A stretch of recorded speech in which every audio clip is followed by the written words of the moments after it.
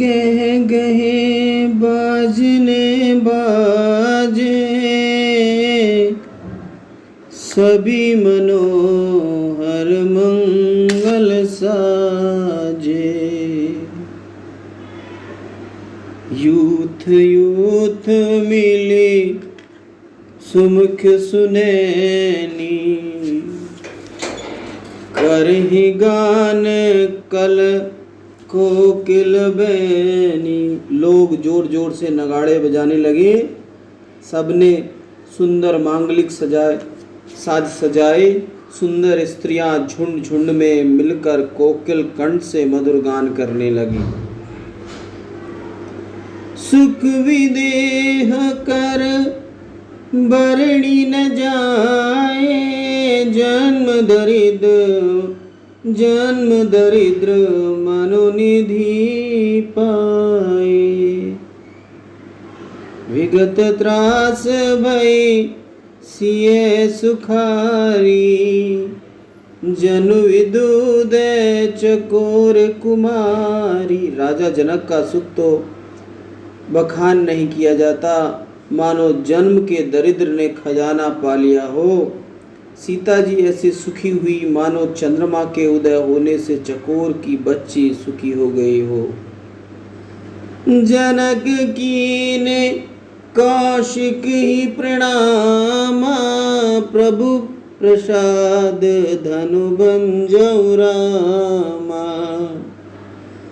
मोहि कृत कृत्य कीन दुहई भाई, अब जो उचित सो कहिए गोसाई।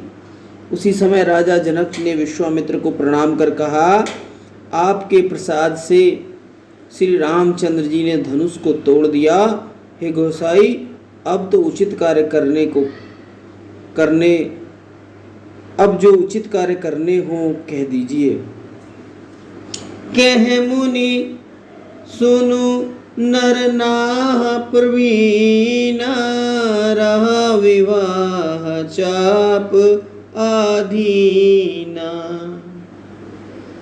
टूटत है धनो भयहु विवाहु, सुर नर नाग विदित सब काहू।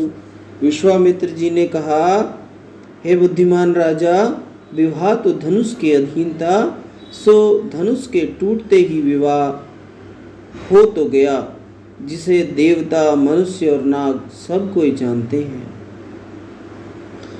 तदपि जाय तुम करहु अब यथा वंश व्यवहार, रमा यथा वंश व्यवहार। बूझी विप्रकुल वृद्ध गुरु, वेद विदित आचार, रमा वेद विदित आचार। तो अब अपने कुल के वृद्ध जनों और ब्राह्मणों से पूछकर जैसे तुम्हारे वंश का व्यवहार हो वैसा वेद विदित आचार करो। दूत अवधपुर पठावउ जाई, नाहि नृप दशरथ ही बुलाई। मुदित राव कही भल ही कृपाला, पठिए दूत बोली तेहि काला। अयोध्या के लिए दूत भेज दो कि राजा दशरथ को बुला लावे। राजा जनक ने प्रसन्न होकर कहा, हे कृपालु, आपने अच्छा कहा। ऐसा कहकर उन्होंने उसी समय दूत को भेज दिया। बहुरी महाजन सकल बुलाए, आए सबिन सादर सिर नाए। हाट बाट मंदिर पुरवासा, नगर सवारहु चारहु पासा। फिर उन्होंने सब महाजनों को बुलाया। सबने आकर सादर सिर झुकाकर प्रणाम किया।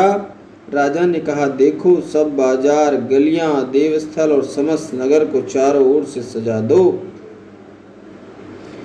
हरसी चले निज निज गृह आई, पुनि परिचारक बोली पटाई। रचहु विचित्र वितान सुहाई, सिर धरि वचन चले सचु पाई।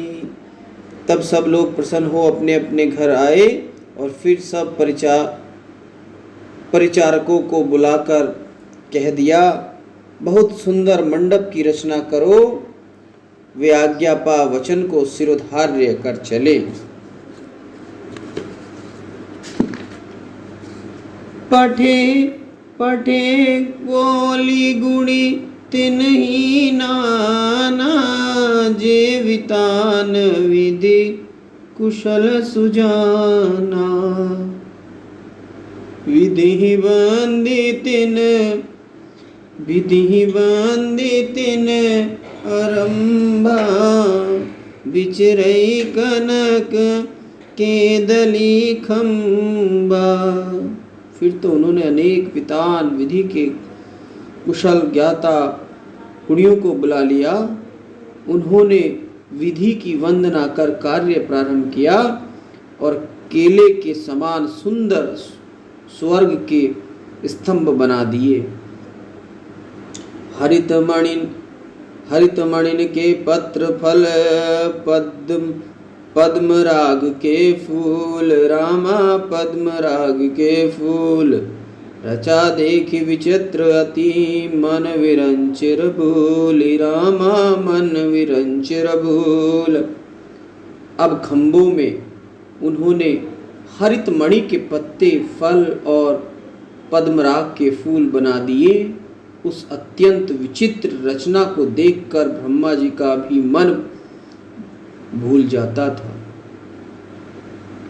वेणु हरित मणि मैं सब कीने, सरल सपर्ण परहि नहीं चीने। कनक कलित अहि बेल बनाई, लखी नहीं परे सपर्ण सुहाई। अब सजावट में जो हरे बांस लगे थे उन्हें भी शिल्पकारों ने ऐसा बना दिया कि जो सरलता से पहचाने नहीं जा सकते थे। सुवर्ण में पानी की सुंदर बेली बनी थी। सुवर्ण तेहि के रची पची बंद बनाई, बिच बिच मुक्ता दाम सुहाई। माणिक मरकत कुलश पिरोजा, चीर कोर पची रचे सरोजा। उसमें भी पच्चीकारी हुई थी। मूंगों की दालों के बीच बीच में मोतियों के दाने शोभा दे रहे थे। यही नहीं, मणि माणिक के हीरे और पिरोंजों की कोरों को चीर कर कमल बनाए थे। किए भृंग बहु रंग विहंगा, कूजहि कूजहि पवन प्रसंगा। सुर प्रतिमाखम बही गड़ी गाड़ी, मंगल द्रव्य मिले सब ठाणी। चौके भांति अनेक पुराई, सिंदूर मणि में सहज सुहाई। जिस पर अनेक रंग बिरंग के भौरे और पक्षी बैठे हुए पवन प्रसंग से गूंजते और कूजते थे। खम्भों में देवताओं की मूर्तियां गढ़कर गाड़ी गई थी, जो मांगलिक द्रव्य लिए खड़ी थी। जो गजमुक्तों से अनेक प्रकार के चौके पूरे गए थे, वे सहज ही सुंदर लगते थे। सौरभ पल्लव सुभग सुठी किए नीलमणि कोर रामा किए नीलमणि कोर। हेम बौर मकरत घवरी लसत पाट में डोरी रामा लसत पाट में डोर। सुंदर नील कमल की कोरों को चीर कर बड़े मनोहर आम के पत्ते भी सुंदर और श्रेष्ठ बनाए गए थे। सोने के बोर में नीलम के छोटे छोटे टिकोरों के गुच्छे थे। रचे रुचिर वर बंदिनी बारे मनहु मनो भव फंद सवारे। मंगल कलश अनेक बनाए ध्वज पताक पट चमर सुहाए। इस प्रकार उस मंडप की श्रेष्ठ रचनाओं को मानो कामदेव अपने ही हाथों से संवार रहा था। अनेक मांगलिक कलश बनाए गए थे जो चारों ओर शोभायमान हो रहे थे। दीप मनोहर मणि में नाना जाए नवरणी विचित्र विताना।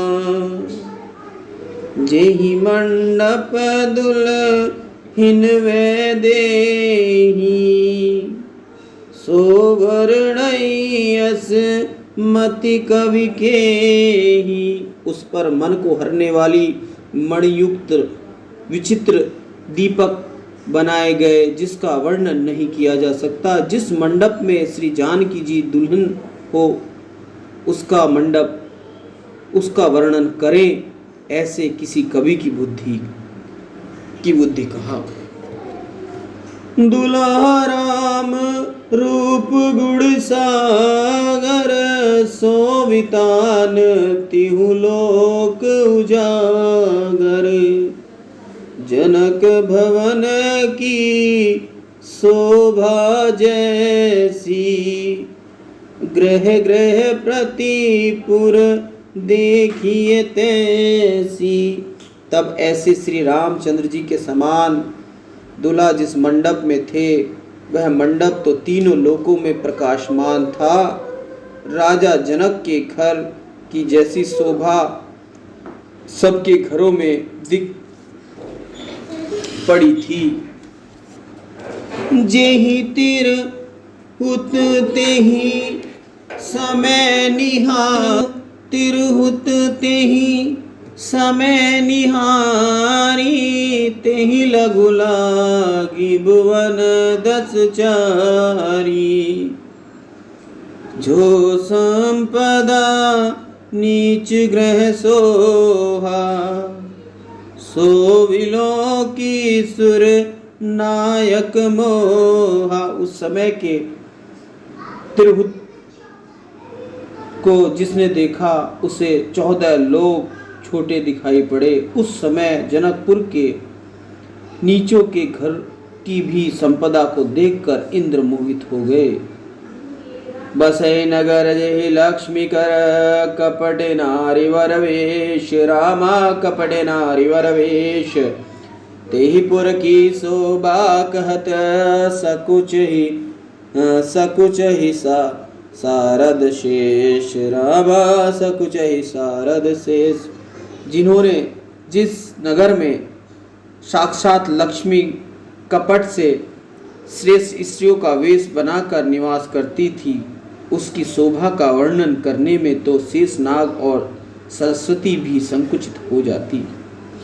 पहुँचे दूत रामपुर पावै